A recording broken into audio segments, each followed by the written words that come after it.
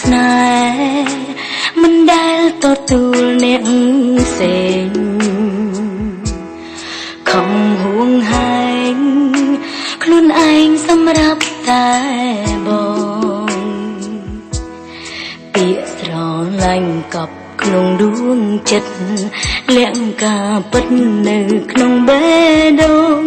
ជួបដងម្ដងចង់ស្និទ្ធស្នាលតែធ្វើមិនបានបន្ទាត់ស្នេហ៍បែរជាបញ្ច្រាស់ទិលគ្នាពេលវេលាពងវាងអារម្មណ៍សងខាងស្មានថាបងគ្មានចិត្តលើអូន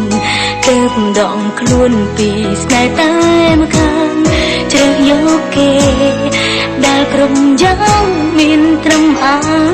ណិត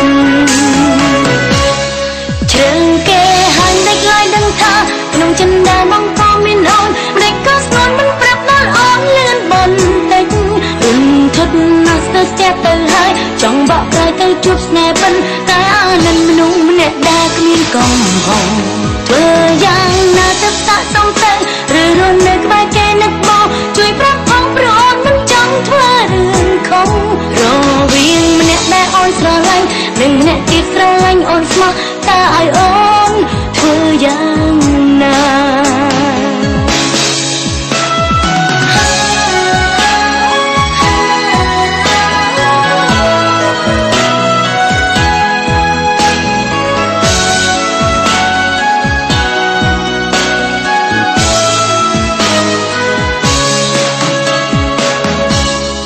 បន្ទាត់ស្នេ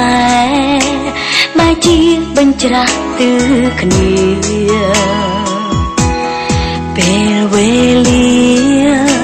ពងវាងអារម្មណ៍សងខាង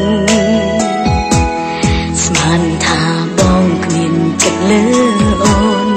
ទើបដងខ្លួនពីស្នេហ៍តែម្ខាងជ្រើសយកគេ